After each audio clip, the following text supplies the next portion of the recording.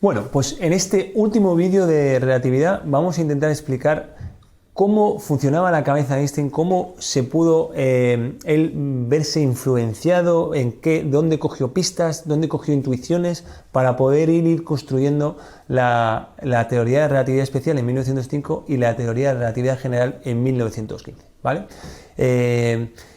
Por supuesto, una de las bases fue la geometría no euclidiana, pero para entender la geometría no euclidiana hay que entender primero la geometría euclidiana. Vamos a dedicarle un minuto a la geometría euclidiana, que básicamente ya la vimos en el primer curso, ya vimos que Euclides, dentro de ese entorno científico que fue la Biblioteca de Alejandría, esa revolución científica que fue la base de la ciencia occidental, escribió su obra principal, que es Los Elementos, siglo III a.C., ¿vale? En Alejandría, en Egipto. ¿Vale? Pero mundo griego totalmente, no egipcio, mundo griego, ¿vale? Y Euclides lo que construyó es aquí, a partir de 5 postulados, cinco propuestas que él vio totalmente evidentes, y a partir de esa construyó toda su construcción geométrica, ¿vale? La clave estaba en el quinto postulado. Y el quinto postulado lo que dijo es, bueno, oye, si imagino un punto P exterior a una recta R, se puede trazar una única recta paralela a la recta R, que sería esta. Y en principio nos parece un postulado súper razonable, a partir del cual podríamos construir luego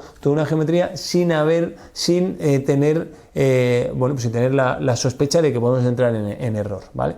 Esto así fue y se fue construyendo todo, y de alguna manera no hubo ningún problema con la geometría euclidiana hasta el siglo XIX, en el que Lobachevsky y también Gauss y otros empezaron a imaginarse geometrías no euclidianas, es decir, geometrías que no cumplían el quinto postulado, ¿vale? Por ejemplo, la geometría hiperbólica. La geometría hiperbólica, puedes pensar que puedes imaginar un punto M exterior a la recta D, fijaros que llamamos recta a esa curva D porque va por una geodésica, ¿vale? Y un punto M exterior a la recta D podría tener varias rectas que son paralelas a la recta D. ¿Por qué son paralelas? Porque nunca jamás en ningún punto cortarían con la recta D. Y tendríamos tanto D1 como D2 como D3 son rectas que son paralelas a la recta D, ¿vale? Por tanto, esta superficie hiperbólica es no euclidiana porque no está cumpliendo el quinto postulado de Euclides. Bien, y bueno, y esto ¿de qué manera influyó en lo que vamos a ver? Bueno, pues fijaros que esto ya lo recoge Dostoyevsky, que es un pensador, es un escritor, no tiene nada que ver con la ciencia, con la física, ni con las matemáticas, pero él ya estaba enterado de todo esto que estaba ocurriendo con las matemáticas rusos y con Gauss, etc. Y fijaros que en una de las grandes novelas, las mejores novelas escritas, la más grande novela jamás escrita según Freud, que es Los hermanos Karamazov, de 1880, que desde luego os recomiendo, cuando descanséis de este curso, leeros este libro, que es impresionante. Bueno, pues en este libro uno de los personajes, que es ateo, de alguna manera reflexiona de esta manera. Dice, si Dios existe, lo ha creado de acuerdo con la geometría euclidiana, es decir, lo ha creado de manera razonable. Si Dios existiera, lo habría creado así, ¿vale? Pero en la actualidad, geómetras y filósofos dudan de que todo el universo haya sido creado de acuerdo con esta geometría euclidia. Y él considera que efectivamente pudieran existir otras geometrías que no son euclidianas y que algunas rectas pudieran de alguna manera juntarse en el infinito, etcétera, etcétera, etcétera.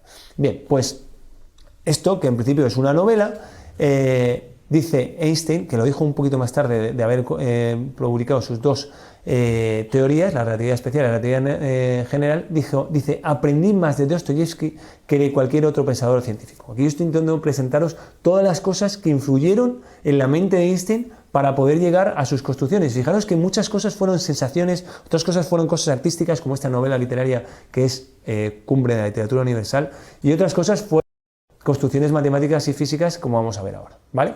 Bueno, pues Einstein construye su teoría de relatividad especial, que básicamente en 1905 se basa en las fórmulas de Lorentz, en su intuición y en la experiencia de ver que la velocidad de la luz es constante de acuerdo a cualquier sistema, de acuerdo con independencia de la velocidad a la que vaya ese sistema. Bien, así construye su teoría de relatividad especial, que básicamente lo que propone es un mundo en el que el espacio, el tiempo, la masa, las dimensiones son relativas, y es lo único que así puede conseguir construir un mundo en el que la velocidad de la luz, de acuerdo a cualquier sistema, sea constante. Bien.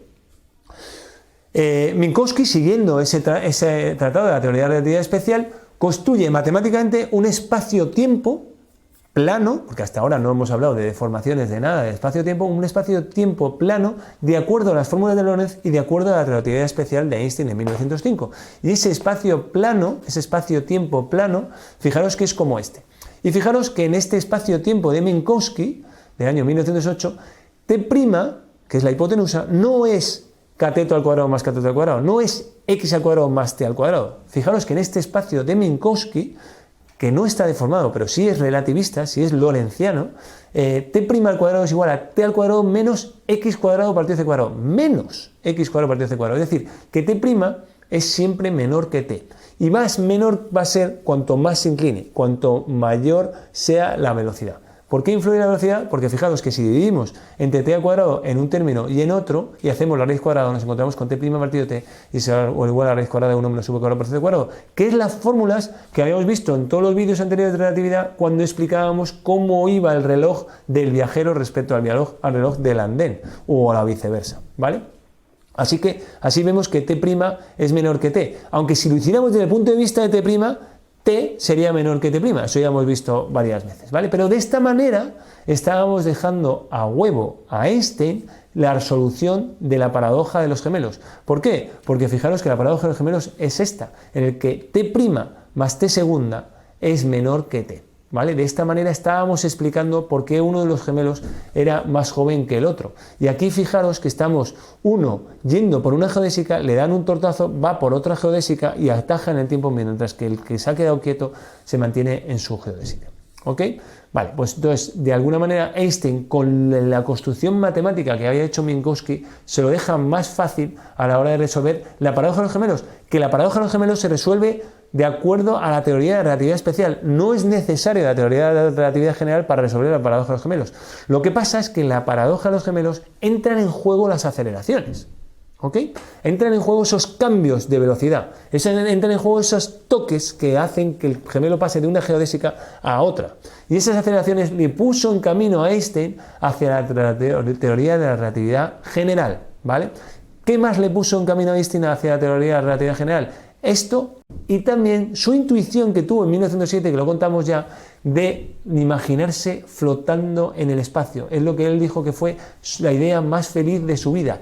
Imaginarse que estaba flotando y que al caer no notaría su propio cuerpo, no notaría el peso de su propio cuerpo, no notaría ninguna fuerza. Estaría easy, estaría flotando. ¿Okay? Esa intuición, ese pensamiento fue el que le sirvió de base para luego construir toda su teoría de relatividad general, que luego ya fue una construcción matemática, física, científica, pero lo que tuvo son intuiciones mentales, sensaciones, aparte de también influencias artísticas, como la que hemos visto por la novela de los hermanos Karamazov, ¿vale?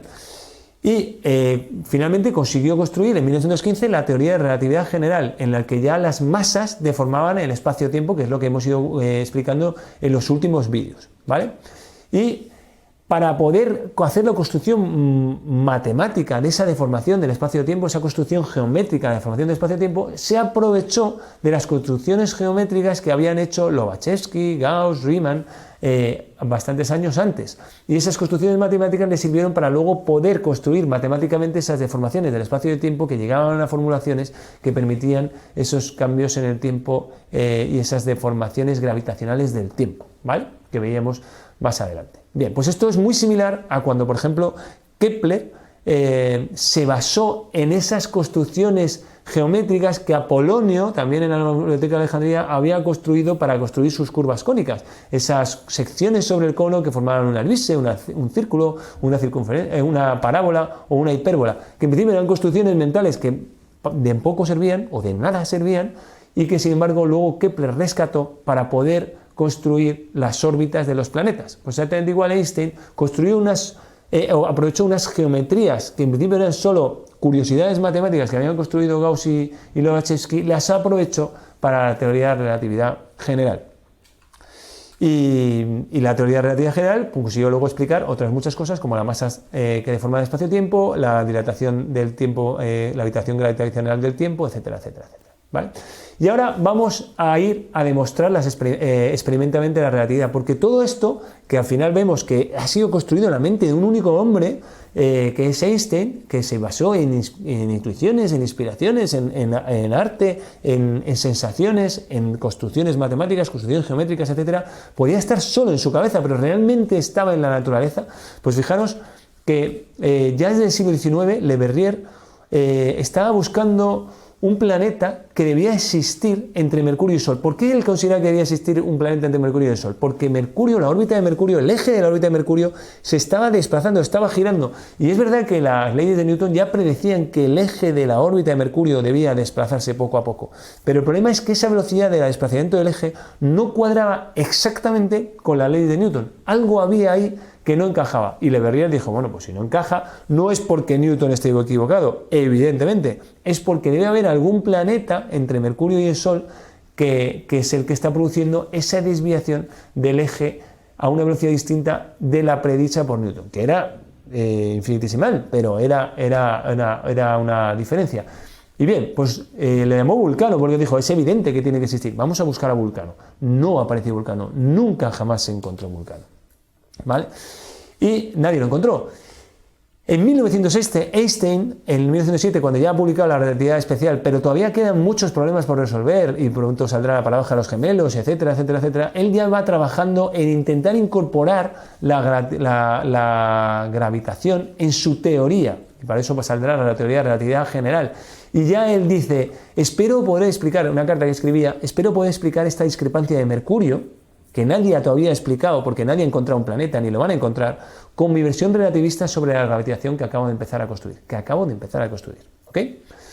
Bien, pues efectivamente luego cuando construyó la relatividad general explicó que efectivamente las discrepancias que había en la órbita de Mercurio se debían a que la gravedad, el efecto de la gravedad tarda un tiempo en llegar, no es inmediato, no hay nada instantáneo, porque todo, como mucho, como muy rápido, se puede mover a la velocidad de la luz y no más rápido. Para Newton todo era instantáneo, la gravedad era instantánea, el efecto gravitatorio era instantáneo en el cuerpo respecto al planeta, y sin embargo para la relatividad general no era instantáneo, ¿vale? Esa diferencia, que en principio puede ser pequeñita, suponía un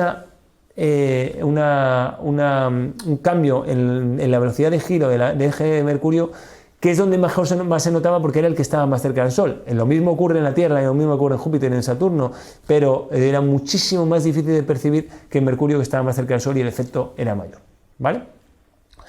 Bien, ya vimos que en 1919, pero antes, en 1915 él había conseguido explicar esa modificación de la órbita de Mercurio, pero eso no demostraba su teoría, porque alguien podría decir, bueno, es que tú has construido una teoría para explicar el problema que había en Mercurio, eso no demuestra tu teoría, eso lo que demuestra es que has construido una teoría que explica el problema de Mercurio, has hecho una teoría ad hoc para explicar el problema que había en Mercurio.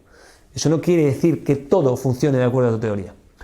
Así que lo que se le pedía a Einstein es, no, tú lo que tienes que ser capaz es de predecir otra cosa y que luego alguien lo experimente, vaya a experimentarlo, vaya a hacer ese ensayo en el campo y vea que efectivamente es de acuerdo a lo que tu teoría predecía. Y eso es lo que pasó en el eclipse de 1909, que Einstein había predicho, que dijo, ojo, vos seréis capaces de ver una estrella que está detrás del Sol, la podréis ver desviada debido a que la luz se ha desviado al pasar cerca del Sol. Y efectivamente se demostró en 1919, con lo cual ya empezaba a demostrarse que la teoría de la relatividad no estaba solo en la mente de Einstein, estaba en la naturaleza. La naturaleza era de acuerdo a como Einstein había predicho. ¿Bien? Por supuesto, se demostró también en 1945 con Hiroshima, que se demostró fatalmente que E es igual a mc cuadrado. Se demostró también en 1962, cuando se pusieron dos relojes muy precisos en lo alto de una torre y en la base de una torre, se vio que el reloj de lo alto de una torre iba más rápido, envejecía más rápido que el otro reloj que estaba en la base de la torre, ¿vale?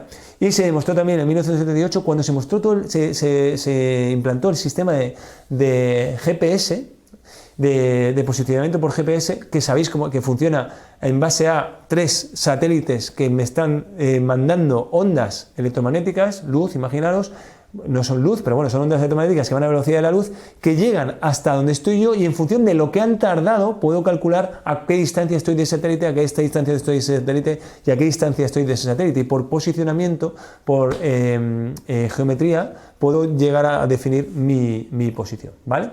Bien, pues para eso debería que tener en cuenta la relatividad, la teoría de la relatividad. Si no se tenía en cuenta, resultaba que tu posicionamiento estaba equivocado. Así que en 1978 se demuestra de nuevo también que la naturaleza funciona de acuerdo a la teoría de la relatividad, construcción que simplemente era una construcción mental de Einstein, lo cual es, en mi opinión, la construcción físico-matemática más increíble de la historia. Todo nace de la mente de una única persona y resulta que la naturaleza se va comportando como esta persona había predicho. Bien, pues todo esto que hemos visto ha supuesto un duro golpe al materialismo, ¿vale? El propio Einstein decía que aquello, según la teoría de la relatividad general, el espacio no tiene existencia absoluta, al margen de aquello que llena el espacio. Es decir, lo que existe es lo que está en el espacio, pero no el espacio, ¿vale? El espacio al margen de las cosas no existe. Si suprimimos las cosas, si suprimimos el campo gravitatorio, no queda absolutamente nada, ni siquiera un espacio topológico, ni siquiera un lugar, no existe nada. El espacio vacío, es decir, el espacio sin campo, no existe. Y eso es lo que dice Einstein. Y eso, en el materialismo, eso encaja mal, pero también encaja mal, bueno, no solo que el espacio absoluto no existe, es que las medidas de una cosa no son ya algo absoluto, porque las medidas de una cosa miden una cosa para unos, pero miden otra cosa para otros. Y el tiempo absoluto tampoco existe, no existe nada parecido a la simultaneidad de manera absoluta. Unas cosas son simultáneas para unos, no son simultáneas para otros. El propio reloj del tiempo va a una velocidad para unos y a una velocidad para otros. Incluso la materia, la masa, es una masa para unos y otra masa para otros, y la energía es una energía para unos y una energía para otros. La fuerza de la gravedad no existe, no existen los fenómenos instantáneos, no existe la fuerza de la gravedad, no existen las fuerzas de inercia. En fin, todo esto suponía un duro golpe a lo que veníamos considerando como material, como el materialismo. Oye, la materia está en el espacio, está en el tiempo, tiene unas determinadas dimensiones, tiene una determinada masa. Bueno, pues todo eso pasó a ser relativo, pasó a ser deformable, el espacio deformable.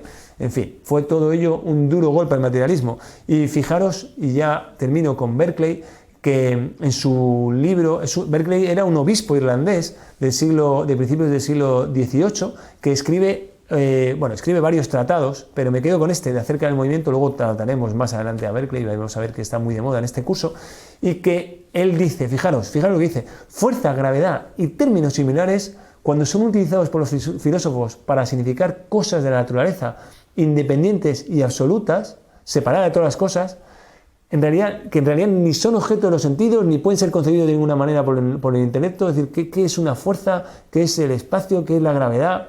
Ni pueden ser representadas por la imaginación. Es cuando producen errores y confusión. Él considera que todo eso puede servir para una construcción matemática y para predecir cómo se van a comportar las cosas en el futuro. Y eso puede ser muy exacto, incluso totalmente exacto, para la hora de predecir cómo se van a comportar las cosas en el futuro. Pero eso no quiere decir que la naturaleza sea así. Se ha supuesto que significan algo diferente del móvil, del movimiento, del reposo. Sin embargo, en realidad todo eso no es nada. Lo que existe es el móvil, el movimiento, el reposo. Pero todos esos términos de fuerza, gravedad y términos similares para Berkeley no existen. Son términos útiles para razonamientos y los cálculos, pero no para la comprensión de la naturaleza. ¿Vale?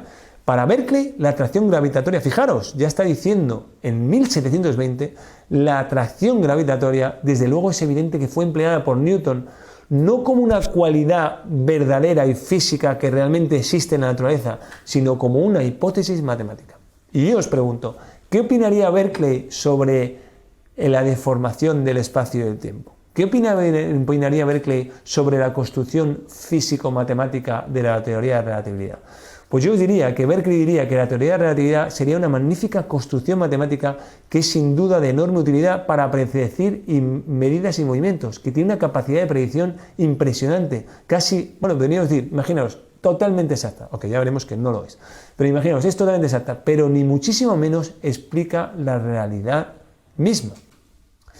Y este obispo irlandés veréis que será una guía interesante cuando entremos a hablar de mecánica cuántica. Y ya por cierto, os recuerdo, reservad fuerzas para el capítulo de mecánica cuántica, que va a ser un capítulo que tiene algunos conceptos algo complicados, pero que lo hemos preparado de manera que sean muy fáciles de entender, muy fácil de seguir, ¿vale? Y que nos va a llevar a unas ideas sobre el mundo que son absolutamente asombrosas. Os va a cambiar la manera en que veis y entendéis el mundo.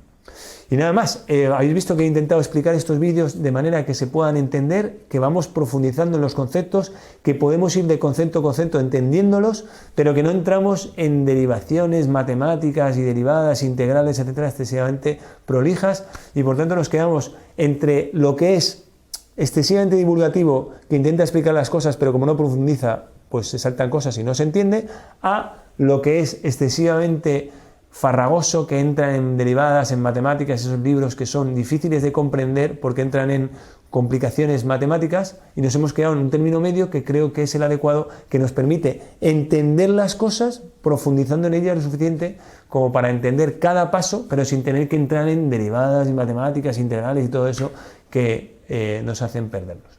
Así que nada, espero que os haya servido y os animo a que me acompañéis a los siguientes capítulos. El siguiente es muy interesante y vamos a profundizar en el tema de la entropía, que es apasionante. Muchas gracias.